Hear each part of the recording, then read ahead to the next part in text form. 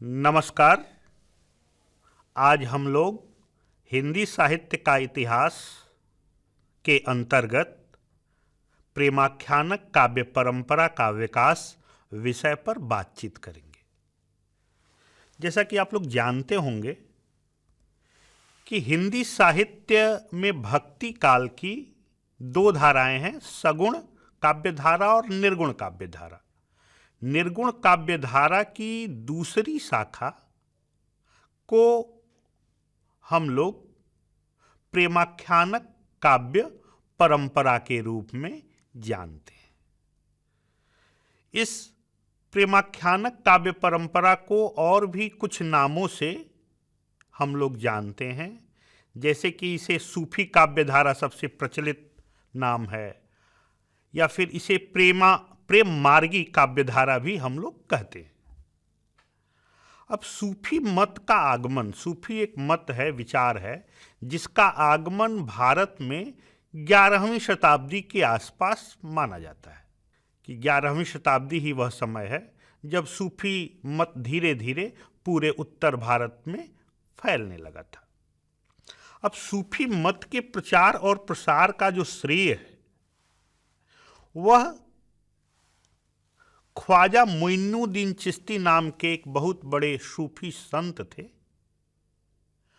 और इन्होंने ही सूफी मत को आम लोगों के बीच में बहुत ही लोकप्रिय बनाया। अब आईने अकबरी एक इतिहास का, बहुत ही मध्यकालीन इतिहास का बहुत ही प्रचलित चर्चित ग्रंथ है, इतिहास ग्रंथ है। उस आईने अकबरी में सूफियों के लगभग 14 संप्रदायों का जिक्र किया गया है, लेकिन मुख्य रूप से 4 संप्रदाय जो ज़्यादा चर्चित रहे हैं और प्रचलित रहे हैं पूरे भारत में, वो 4 संप्रदाय ही ज़्यादा प्रचलित हैं। उनमें जो पहला संप्रदाय है उसको कादरी संप्रदाय, फिर दूसरा संप्रदाय है उसको चिश्ती संप्रदाय, तीसरे संप्रदाय का नाम सुहारवर्दी संप्रदाय, और चौथा संप्रदाय नक्शबंदी संप्रदाय के नाम से जाना जाता है। अब दूसरी जो बात इसके अंतर्गत जो बहुत ही है कि सूफी शब्द आया कहाँ से, इसकी उत्पत्ति कैसे हुई और इसका अर्थ हम किस तरह से ग्रहण करेंगे। तो सूफी शब्द की उत्पत्ति के संबंध में विद्वानों में काफी मतभेद है। मुख्य रूप से 4 शब्द प्रचलित हैं कि इन 4 शब्दों से सूफी शब्द की उत्पत्ति हुई है। इसके अंतर्गत एक पहला शब्द आता है, कुछ लोग कहते हैं कि सोफिया शब्द से इसकी उत्पत्ति हुई है। विद्वानों के एक दूसरे वर्ग का मानना है कि इसकी उत्पत्ति सफा शब्द से हुई है।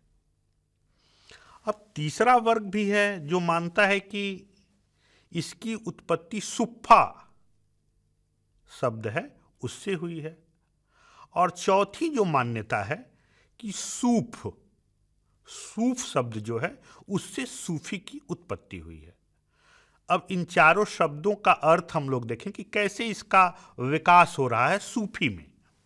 तो जो पहला जो शब्द मैंने कहा सोफिया, तो सोफिया का अर्थ ज्ञान होता है। इसलिए कुछ विद्वान इसको मानते हैं कि चूंकि सूफी मत में आध्यात्मिक ज्ञान की बातें की गई हैं, इसलिए इसका संबंध सूफी शब्द से जुड़ता है। यानी कि सोफिया शब्द ही वह मूल शब्द है जो आगे चलकर के सूफी में विकसित हुआ। अब कुछ विद्वानों का जो दूसरा वर्ग है उसका मानना है कि यह सफा से विकसित हुआ। सफा का अर्थ होता है पवित्र या शुद्ध। क्योंकि जो सूफी कवि थे अपने आचरण में, व्यवहार में और अपने मतों में भी पवित्रता और शुद्धता की बातें किया करते थे, इसलिए विद्वानों का मत है कि जो सफा शब्द है, इस सफा से सूफी शब्द की उत्पत्ति हुई है। अब जो तीसरा जो मत है, तीसरी जो मान्यता है कि इस्लाम धर्म में, इस्लाम की मान्यता के अनुसार उनका जो पवित्र, सबसे पवित्र जो तीर्थ है वह है मदीना, और मदीना मस्जिद के सामने वाली जो चबूतरा जो है, सामने का जो चबूतरा है, उस चबूतरे को सुफ़ा चबूतरा कहते हैं। अब सुफ़ा चबूतरा पे ये जो इस्लामिक संत बैठा करते थे, तो इसी बैठने वाले इस्लामिक संतों को, चूंकि वो सुफ़ा चबूतरा है, इसलिए उस पर बैठने वाले लोग सूफी कहलाए। तो हम ये जो तीसरी जो मान्यता है, यह भी एक प्रमुख ही मान्यता मानी जाती है कि सुफ़ा चबूतरा पर बैठने वाले जो सूफी साधक थे या जो संत थे, बल्कि कहें कि इस्लामिक संत, तो उनको हमने सूफी संत के रूप में जानना शुरू किया। और अब इसके साथ साथ जो चौथी एक और मान्यता है सूफी शब्द को लेकर के, कि सूफी शब्द का संबंध सूफ से है, और सूफ का अर्थ होता है ऊन, उलन। यदि आप देखेंगे कि जाड़े के दिनों में हम लोग ऊनी जो वस्त्र पहनते हैं, उस ऊन की बात हो रही है। तो सूफी संत अधिकतर ऊन का एक चोंगे नुमा, यानी कि जिसको टोपी आप कह सकते हैं, तो चोंगे नुमा एक पहनते थे, चोंगा। और अधिकतर विद्वानों की जो सर्वमान्य मान्यता यहीं पर आती है कि जो सूफी संत चूंकि ऊन का बना हुआ, सूफ का बना हुआ चोंगा या टोपी पहनते थे, इसलिए इस शब्द से, यानी कि सूफ शब्द से सूफी की उत्पत्ति हुई है। अब हम लोग आगे देखते हैं कि ये जो सूफी ग्रंथों की या प्रेमाख्यानक काव्यों की परंपरा शुरू कब से हो। मत तो जाहिर सी बात है कि 12वीं शताब्दी के आसपास, जो कि मैंने पहले बताया, ख्वाजा मोइनुद्दीन चिश्ती के बाद।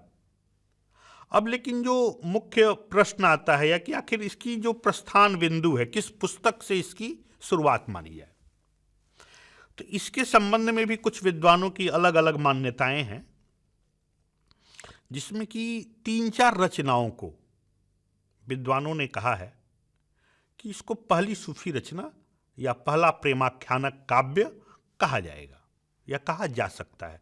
सभी विद्वानों के अपने अपने तर्क हैं। तो मुख्य रूप से 3 ग्रंथों की जो चर्चा होती है, उसमें पहला ग्रंथ है मुल्ला दाऊद का चंदायन। मुल्ला दाऊद भी एक सूफी संत माने जाते हैं, और उनकी कृति चंदायन, उसको भी कुछ विद्वानों ने सूफी प्रेमाख्यानक काव्य का पहला ग्रंथ माना है। दूसरी एक और रचना इस संबंध में आती है, पहली रचना के संदर्भ में, बल्कि आप खासतौर पे देखेंगे असईद कवि एक हैं, असईद सूफी कवि हैं, उनकी एक रचना है हंसावली। उसको भी कुछ विद्वानों ने कहा है कि असईद की, बल्कि डॉक्टर नगेंद्र जो बहुत बड़े इतिहासकार हैं, साहित्य इतिहासकार हिंदी के, उनकी मान्यता है कि हंसावली को सूफी का पहला प्रेमाख्यानक, सूफी ग्रंथों की जो परंपरा है उसका पहला प्रस्थान बिंदु हंसावली से माना जा सकता है। और एक तीसरी जो मान्यता है, कुतुबन एक बहुत बड़े सूफी संत हुए हैं, उनकी रचना मृगावती को पहला सूफी ग्रंथ मानने का विचार है। आचार्य रामचंद्र शुक्ल जैसे इतिहासकारों ने अपने इतिहास में, साहित्य के इतिहास में, मृगावती को, कुतुबन की मृगावती को पहला स्थान दिया है सूफी काव्य परंपरा में। लेकिन कुल मिलाकर के यदि इन मान्यताओं को और इन रचनाओं को यदि ठीक से देखा जाए या उसकी चर्चा की जाए, तो एक जो आम मत जो उभरता है, जो लोगों के बीच में जो बातें आती हैं, तो अधिकतर विद्वानों ने यही सर्वस्वीकृत रूप से मान्यता दी कि मुल्ला दाऊद का चंदायन जो है वो पहला सूफी ग्रंथ माना जाना चाहिए। तो इस प्रकार हम देखते हैं, या यदि प्रश्न यदि आपके पास आए कि सूफी प्रेमाख्यानक काव्य में पहला सूफी प्रेमाख्यानक काव्य कौन सा है, तो हम कहेंगे कि मुल्ला दाऊद का चंदायन है। अब मुल्ला दाऊद के चंदायन के बारे में थोड़ी बहुत यदि बातचीत हम करें, तो ये सूफी कवि मुल्ला दाऊद की रचना चंदायन, इसका जो रचना काल है, यानी कि ये कब लिखी गई, जो अनुमानित जो तिथि है इसकी, जो विद्वानों ने जो अपने शोधों के आधार पर जो एक समय उसका निश्चित किया है, तो 1379 ईस्वी, ध्यान रखिएगा ईस्वी है ये, संवत नहीं। तो 1379 यानी कि 1379 ईस्वी के आसपास मुल्ला दाऊद की चंदायन नाम की रचना आती है और इसको सूफी प्रेमाख्यानक काव्य परंपरा का पहला ग्रंथ मानते हैं हम लोग। अब इसकी भाषा को यदि बात की जाए कि इस ग्रंथ की, चंदायन की भाषा कौन सी है, तो बिल्कुल अवधी भाषा में, ठेठ अवधी भाषा में सूफी प्रेमाख्यानक काव्य परंपरा में पहली रचना चंदायन अवधी भाषा की रचना है। बल्कि अधिकतर एक जो विशेषता आएगी, संभवतः अगले कक्षाओं में आप पढ़ेंगे, कि सूफी प्रेमाख्यानक काव्य की भाषा अधिकतर अवधी है, बल्कि अधिकांश सूफी काव्यों की भाषा अवधी ही है। तो चंदायन की भाषा भी अवधी है। अब ये जो मूल कथा है ये लोक कथा पर आधारित है। एक लोक कथा है। किसकी लोक कथा है? तो लोरिक और चंदा, चंदा नायिका है और लोरिक। तो ये लोक कथाएं पूरे क्षेत्र में, उत्तर भारत में, बल्कि खासतौर पे हम देखेंगे कि कई प्रादेशिक भाषाओं में भी लोरिक और चंदा की प्रेम कथा प्रचलित है। और इसी प्रेम कथा को आधार बना करके मुल्ला दाऊद ने चंदायन की रचना की थी। अब इसके क्रम में जो दूसरी रचना आती है मृगावती, मुल्ला दाऊद के बाद अगले जो कवि आएंगे वो हैं कुतुबन, और कुतुबन की रचना मृगावती। रामचंद्र शुक्ल ने जब सूफी प्रेमाख्यानक काव्यों की चर्चा की है तो पहले कवि के रूप में इनका विधिवत मृगावती से वो आरंभ करते हैं प्रेमाख्यानक काव्य की शाखा के अंतर्गत। तो कुतुबन की मृगावती का जो रचना काल है वो 1501 ईस्वी के आसपास उसको माना गया है। 1501 ईस्वी के आसपास मृगावती कुतुबन की रचना, और ठीक इसके पहले यानी कि करीब करीब 120 साल पहले यदि आप देखेंगे तो 1379 यानी कि 1379 में पहला ग्रंथ चंदायन मुल्ला दाऊद की रचना आती है। तो मृगावती की जो कथा है उस कथा में चंद्रनगर के राजा, गणपति देव के राजकुमार और कंचनपुर के राजा रूप मुरारी की कन्या मृगावती की प्रेम कथा का वर्णन है। और इसमें भी कि किस तरह से जो नायक है यानी कि गणपति देव के जो राजकुमार हैं वो नायिका यानी कि रूप मुरारी को प्राप्त करने के लिए कितने संघर्षों से ये गुजरते हैं। और यह जो प्रेम कथा है, आप खासतौर पे बार बार देखेंगे सूफी ग्रंथों में कि इन प्रेम कथाओं में एक आध्यात्मिक संकेत भी है। तो यहाँ भी रूप मुरारी एक ईश्वर के प्रतीक के रूप में आती है, और गणपति देव के जो राजकुमार हैं वो सामान्य मनुष्य या कहें कि जीवात्मा है, और रूप मुरारी की कन्या मृगावती क्या है? परमात्मा है। तो ये जो प्रेम कथाओं के माध्यम से आध्यात्मिक संदेश देने का जो तरीका इन सूफी कवियों ने अपनाया वो बहुत ही एक महत्वपूर्ण मुद्दा या महत्वपूर्ण बिंदु रेखांकित करने वाला बिंदु माना जाता है। अब इसकी भाषा की बात करें तो यह भी उसी अवध क्षेत्र की भाषा यानी कि अवधी भाषा में इसकी रचना की गई है, और यह अवधि में लिखा गया। यदि इसकी भाषा पूछी जाए कि मृगावती की रचना किस भाषा में है तो आप एकदम कहेंगे कि अवधी भाषा में है। अब इसी क्रम में जो अगला ग्रंथ आता है सूफियों का सबसे, वो ग्रंथ है मंझन कवि की मधुमालती। और मधुमालती का जो रचना काल जो बताया गया है वह करीब करीब 1545 ईस्वी के आसपास माना जाता है। और इसमें भी नायक जो है वो मनोहर है और नायिका मधुमालती है, और दोनों के बीच में जो एकनिष्ठ प्रेम है उस प्रेम का वर्णन इस मधुमालती के अंतर्गत यानी मधुमालती ग्रंथ में किया गया है। और इसका रचना काल यानी कि मंझन कवि की मधुमालती का रचना काल 1545 ईस्वी के आसपास माना जाता है, और इसकी भाषा भी अवधी है। और इसी क्रम में देखें तो सर्व प्रमुख जो रचना सूफी, जिसे कि प्रतिनिधि रचना बल्कि कहें कि प्रेमाख्यानक काव्यों में वो प्रतिनिधि रचना है, वो मलिक मोहम्मद जायसी नाम के कवि की पद्मावत। और पद्मावत हिंदी साहित्य के इतिहास में एक जबरदस्त रचना है और इसकी महत्ता इतनी है कि बड़े बड़े जो कवियों ने, इतिहासकारों ने इस ग्रंथ की सराहना की है, भूरी भूरी सराहना की है। और इसका जो रचना काल है, पहले इसकी रचना काल पर, इस पर हम लोग थोड़ी विस्तार से बातचीत करेंगे। तो पद्मावत का रचना काल 1540 ईस्वी के आसपास माना जाता है और इसकी भाषा भी एकदम ठेठ अवधी है। इसकी कथा वस्तु इस प्रकार है कि चित्तौड़ के राजा रतन सेन हैं और सिंघल द्वीप, जो आज का श्रीलंका आप मान सकते हैं, सिंघल द्वीप की राजकुमारी पद्मावती के बीच की प्रेम कथा है। प्रेम का जो मार्मिक प्रेम कथा का चित्रण किया गया है। अब पद्मावत में पूरा का पूरा जो ग्रंथ है वो एक प्रतीकात्मक ग्रंथ है, इसलिए पद्मावत को विद्वानों ने रूपक काव्य भी कहा है। हर एक पात्र का एक अलग अलग प्रतीक है, हर एक पात्र की जो प्रतीकात्मकता है वह इसको एक रूपक ग्रंथ बनाती है।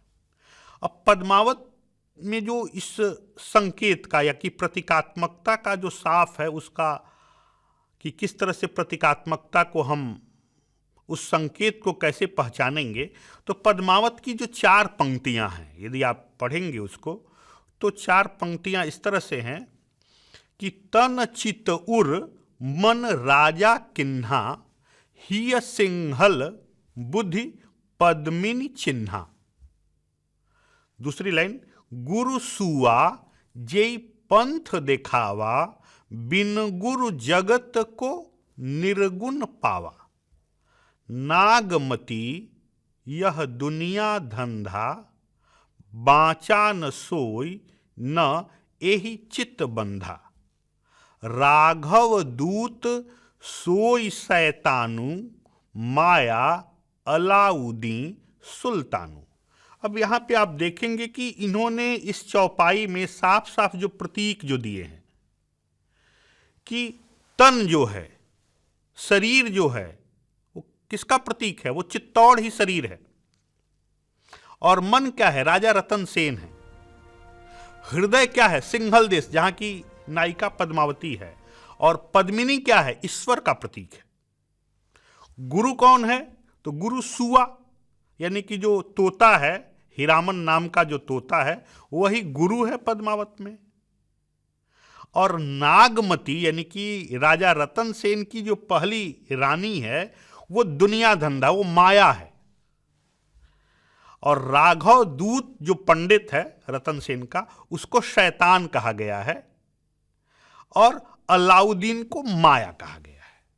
तो ये जो प्रतीकात्मकता है पद्मावत की, ये साफ साफ यहां पर दिखाई पड़ती है कि पद्मावत किस तरह से एक प्रतीक काव्य बन करके रह गया है, प्रतीक काव्य बन गया है। बल्कि ये बहुत ही महत्वपूर्ण है। और खासतौर पे यदि हम देखते हैं कि कहानी जो संक्षेप में यदि आप जान लें, तो इस कहानी को हम इस प्रकार देखेंगे। पद्मावत की कथा इस प्रकार है। सिंघल द्वीप नामक राज्य में गंधर्व सेन नाम के एक राजा थे। उनकी पुत्री पद्मावती है और पद्मावती इतनी सुंदर है कि उसके समान दूसरा कोई सुंदर है ही नहीं। पद्मावती का एक तोता है, उस तोते का नाम है हीरामन। और एक बार जब हीरामन और पद्मावती में बातचीत हो रही है, तो राजा गंधर्वसेन सुन लेते हैं कि हीरामन कह रहा है कि अब तुम्हारे योग्य एक वर खोजना होगा, वर ढूंढना होगा विवाह के लिए। तो अचानक गंधर्वसेन जब ये सुनते हैं तो उनको बहुत ही गुस्सा आता हुए नाराज होते हैं और उसको वो मारना चाहते हैं। इतने में हीरामन तोता उड़ जाता है और वो चला जाता है। उसको बाजार में बेच दिया जाता है और वह होते होते एक पंडित के हाथ लगता है और वह पंडित करीब 1 लाख रुपए में राजा रतन सेन, जो कि चित्तौड़ के राजा हैं, उनके हाथ में जाता है। अब चित्तौड़ के राजा रतन सेन की पत्नी या कि राजकुमारी नागमती जब एक दिन हीरामन तोता से पूछती है कि बताओ मेरे समान सुंदरी कौन है, तो कहता है कि हीरामन कि तुम में और पद्मावती में जमीन आसमान का अंतर है, रात और दिन का अंतर है। बल्कि वो तुलना की गई है उसमें कि जिस प्रकार पद्मिनी है उसके सामने तुम कुछ नहीं हो, तुम्हारा सौंदर्य क्या है। अब इस बात को सुनकर के नागमती को भी बहुत ही नाराजगी होती है और उसको मारना चाहती है। धीरे धीरे जब बात रतन सेन को पता चलती है तो रतन सेन उसको तोते के मुंह से जब ये सुनता है कि पद्मावती के समान दूसरी कोई सुंदरी है ही नहीं, अब वह पद्मावती की खोज में निकल पड़ता है और सिंघल द्वीप की यात्रा करने लगता है। रास्ते में बहुत सारे संघर्ष होते हैं। अब ये आप देखिए कि एक तरह से ये जो प्रतीकात्मकता है कि पद्मावती अब ईश्वर का प्रतीक है और रतन सेन जीवात्मा का प्रतीक है। रतन सेन जा रहा है पद्मावती की खोज में, सिंघल द्वीप जाता है, बहुत सारे संघर्ष होते हैं। अंत में ईश्वर और देवताओं की सहायता से वह पद्मिनी से मिलता है, उसका विवाह होता है और वो चित्तौड़गढ़ वापस आता है।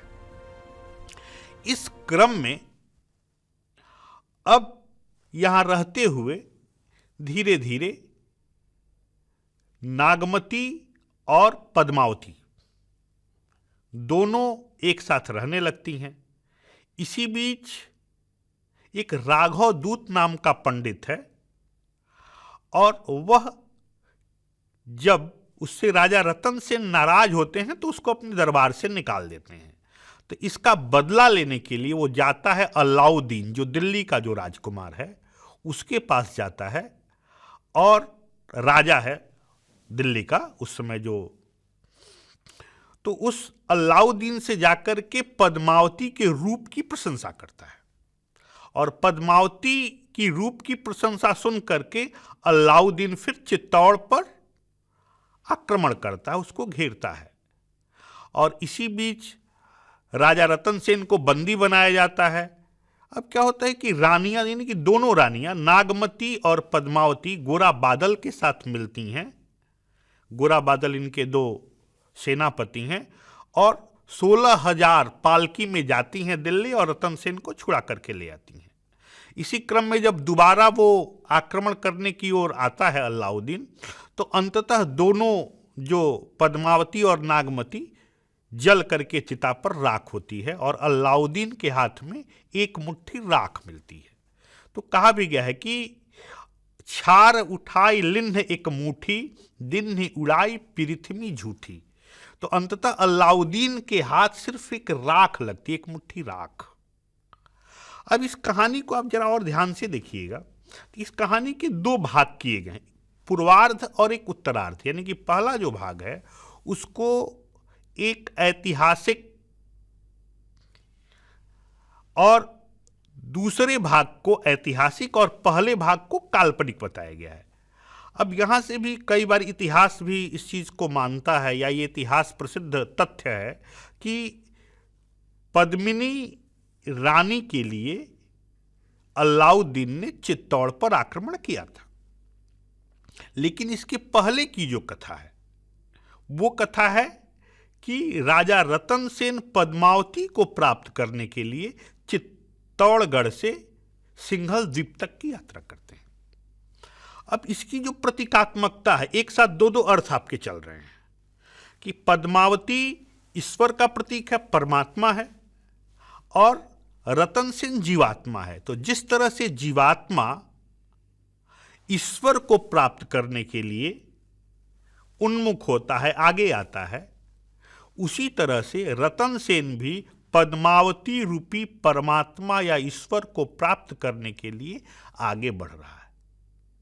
अब इसमें गुरु कौन है? जो हीरामन नाम का जो सुआ है, जो तोता है, वह गुरु है। अब इसी क्रम में पद्मावत एक बहुत ही जो बड़ा बृहत महाकाव्य है, प्रबंध काव्य है, उसकी कथा में एक और आता है कि जब रतन सेन सिंघल द्वीप जाते हैं तो उस सिंघल द्वीप में जब पद्मावती से उनका विवाह भी हो जाता है, अब वहां पे जो रानी नागमती है रतन सेन की, अब उसका जो विरह है 12 मासे के अंतर्गत, इसका भी बहुत ही मार्मिक वर्णन जायसी ने अपने ग्रंथ में किया है कि किस तरह से नागमती अपने दुख से इतनी दुखी है कि अपने दुख को पशु पक्षी ही नहीं, पेड़ पौधों तक को सुनाने लगती है। और अंततः फिर एक सुआ जाता है पक्षी और संदेश पहुंचाता है, और रतन सेन फिर वापस आते हैं। अब इस कहानी के पूरे कलेवर में देखिए कि दो समानांतर अर्थ चल रहे हैं।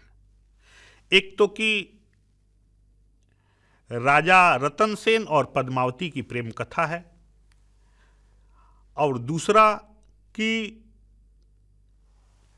ईश्वर और जीव, इनके बीच जो भक्ति का जो रूप है वह भी यहां पर दिखाई पड़ रहा है। अब कई तरह की कथानक रूढ़ियों का भी प्रयोग किया गया है। कथानक रूढ़ी यदि आप देखेंगे कि वो रूढ़ी होती है कि एक तरीका है, एक टूल्स है बल्कि, कि कहानी को किस तरह से एक नई दिशा में आगे मोड़ा जाए। तो उसमें रूप दर्शन सुनकर एक तोता के माध्यम से उसने उसके रूप की प्रशंसा सुनी और आगे बढ़ गए। अब पूरा का पूरा जो महाकाव्य है या ये पद्मावत का, तो इस प्रबंध काव्य में या इस महाकाव्य में आप देखेंगे अवध की संस्कृति अपने पूरे चरम उत्कर्ष पर आपको दिखाई पड़ेगी कि अवध क्षेत्र में उसकी भाषा सबसे बड़ी, तो यदि भाषा की बात करें तो इसकी भाषा ठेठ अवधी है, मैंने कहा है। यानी कि अवधि का कोई परिष्कृत और संस्कारित रूप नहीं है, वो संस्कृत निष्ठ अवधि नहीं है, वो आम बोलचाल की भाषा में है। और भले कहानी के पात्र राजा हों और राजकुमारी हों, लेकिन जो कथा है वो साधारण जनों की है, साधारण लोगों की कथा है।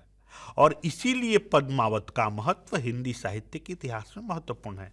यहाँ पर आप देखिएगा कि किस तरह से यहाँ के तीज त्योहार, यहाँ के उत्सव, यहाँ के विश्वास भी और अंधविश्वास भी, कई तरह की जो बातें आएंगी उसमें, कि पद्मावत एक महत्वपूर्ण महाकाव्य के रूप में स्थापित होगा, और बल्कि स्थापित हुआ है।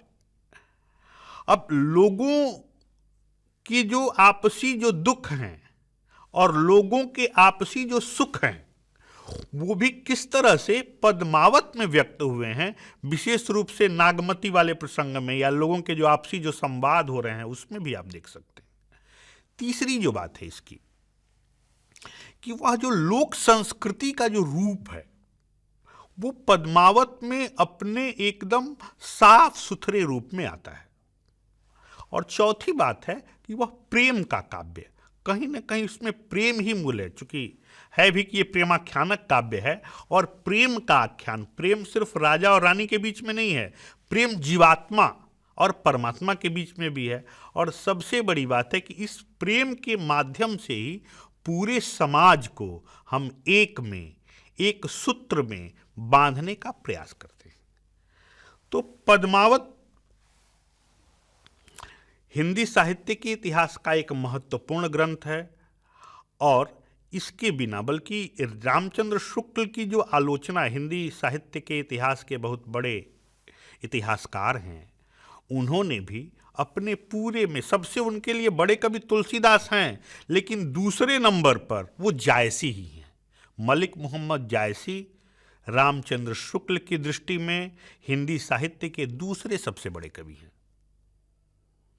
तो पद्मावत का महत्व है, इस पर हम लोग अगली कक्षाओं में बात करेंगे। इसी क्रम में, यानी कि प्रेमाख्यानक काव्य परंपरा के विकास के क्रम में जो अगला ग्रंथ आता है वो ग्रंथ है चित्रावली।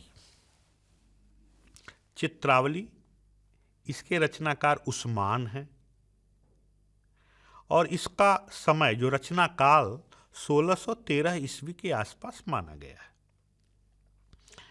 चित्रावली नेपाल, चित्रावली जो ग्रंथ है, चित्रावली में नेपाल के राजा धरणीधर का बेटा सुजान कुमार है और वह रूपनगर की राजकुमारी चित्रावली को प्राप्त करना चाहता है, उससे प्रेम करता है और इन्हीं दोनों की यानी कि सुजान कुमार की और चित्रावली की प्रेम कथा इस चित्रावली में वर्णित है। यह भी सूफी प्रेमाख्यानक काव्य परंपरा का एक महत्वपूर्ण ग्रंथ है। इसी क्रम में अगली जो रचना आती है वो शेख नबी नाम के एक सूफी कवि हैं, उनकी रचना है, उसका नाम है ज्ञानदीप। अब थोड़ा सा यहां पे आप ध्यान दीजिएगा कि ज्ञानदीप की जो कथा वस्तु है उसमें राजा ज्ञानदीप हैं और रानी देवयानी है। अधिकतर सूफी कवि जो हैं उनकी रचना का जो नाम है, उसका जो नामकरण किया गया है वो राजकुमारियों के नाम पर यानी कि रानी के नाम पर है, नायिकाओं के नाम पर है। लेकिन ज्ञानदीप जो है, शेख नबी ने जो ज्ञानदीप लिखा उसका नामकरण राजा के नाम पर है। बहरहाल, तो ज्ञानदीप नामक सूफी प्रेमाख्यानक काव्य में राजा ज्ञानदीप हैं और रानी देवयानी है।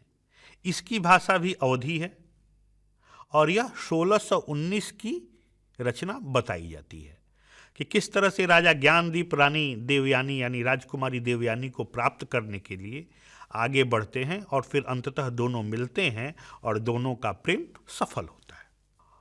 अब अगला जो इस सूफी प्रेमाख्यानक काव्य परंपरा का जो अगला ग्रंथ होगा उस ग्रंथ के बारे में हम चर्चा करेंगे और वो अगला ग्रंथ है इंद्रावती।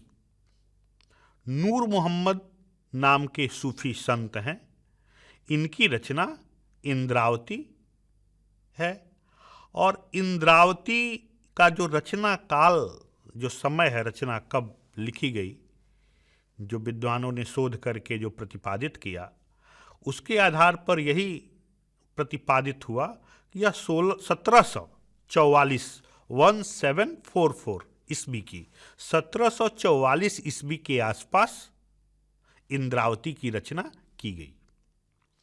इंद्रावती में कलिंजर के राजकुमार, राजकुंवर और अगमपुर की राजकुमारी इंद्रावती की प्रेम कहानी है। यानी कि राजकुंवर और इंद्रावती की प्रेम कथा इसमें है। ध्यान देना कि राजकुमारी इंद्रावती है यानी कि नायिका है और रचना का नाम भी इंद्रावती है। तो इसके पहले जो हम लोगों ने पढ़ा ज्ञानदीप, तो ज्ञानदीप क्या है? नायक का नाम है। अब इस क्रम में हम यहां पे देखेंगे तो इंद्रावती क्या है? इंद्रावती राजकुमारी। सभी सूफी ग्रंथों में अधिकतर ये परंपरा है, परिपाटी है कि सूफी काव्यों का नामकरण अधिकतर, सभी नहीं, अधिकतर नामकरण जो है नायिकाओं के नाम पर होता है। तो इंद्रावती की रचना नूर मोहम्मद ने 1744 ईस्वी के आसपास की। नूर मोहम्मद की एक और दूसरी रचना जिसका भी बार बार उल्लेख किया जाता है वो है अनुराग बांसुरी। इसमें सूफी दर्शन से, सूफी मत की बहुत सी बातें वहां पर मिलती हैं। अब सूफी प्रेमाख्यानक काव्य परंपरा का जो अगला जो ग्रंथ होगा जिसकी हम चर्चा करेंगे वो है हंस जवाहिर। हंस जवाहिर सूफी संत कासिम शाह की रचना है और इसमें राजा हंस और रानी जवाहिर की कथा का वर्णन है। रानी जवाहिर और राजा हंस दोनों के बीच की जो कथा है, इस कथा को कासिम शाह ने एक आध्यात्मिक स्वरूप और आभास देने का पूरा प्रयास किया है। लेकिन इसमें भी कहीं न कहीं आध्यात्मिकता के साथ साथ लौकिकता का, यानी कि आम जीवन का, साधारण जीवन का एक पूरा का पूरा स्वरूप आपको दिखाई पड़ेगा। तो हंस जवाहिर की रचना का जो काल माना गया है वो 1731 के आसपास माना गया है कि 1731 के आसपास हंस जवाहिर की रचना होती है। अब ये जो परंपरा हमने देखी, ये लगातार जो परंपरा, यानी कि चंदायन से शुरू हुआ, चंदायन, उसके बाद मृगावती, मधुमालती, पद्मावत, फिर ज्ञानदीप और अनुराग बांसुरी की जो हम बात करते हैं। अब कुछ अन्य जो कम चर्चित ग्रंथ हैं, लेकिन आप इनको भी जान सकते हैं, ये जो रचनाएं हैं वह भी सूफी प्रेमाख्यानक काव्य परंपरा के महत्वपूर्ण ग्रंथ हैं। और इसकी परंपरा 11वीं 12वीं शताब्दी के बाद, यानी कि यदि 1379 में चंदायन आता है तो 19वीं शताब्दी तक की जो सूफी रचनाएं हैं उनमें कुछ का मैं उल्लेख कर दे रहा हूँ, जो कि प्रमुख रचनाएं हैं, उनको भी आपको जानना चाहिए। इनमें हैं कनकावती और कमलता, ये दो रचनाएं ज्ञान कवि हैं, ज्ञान कवि की है कनकावती और कमलता। दूसरी एक और जो अन्य रचनाओं में, जो अन्य सूफी प्रेमाख्यानक रचनाओं में जो महत्वपूर्ण है वह है यूसुफ जुलेखा, गुलाम अशरफ इसके रचनाकार हैं। अगली रचना है नूर जहां, ख्वाजा अहमद की रचना है। फिर उसके बाद भाषा प्रेम रस, शेख रहीम की रचना है। और अंतिम जो समय की, यानी कि 19वीं शताब्दी के समय की जो रचना है वो प्रेम दर्पण, कवि नसीर की रचना मानी जाती है।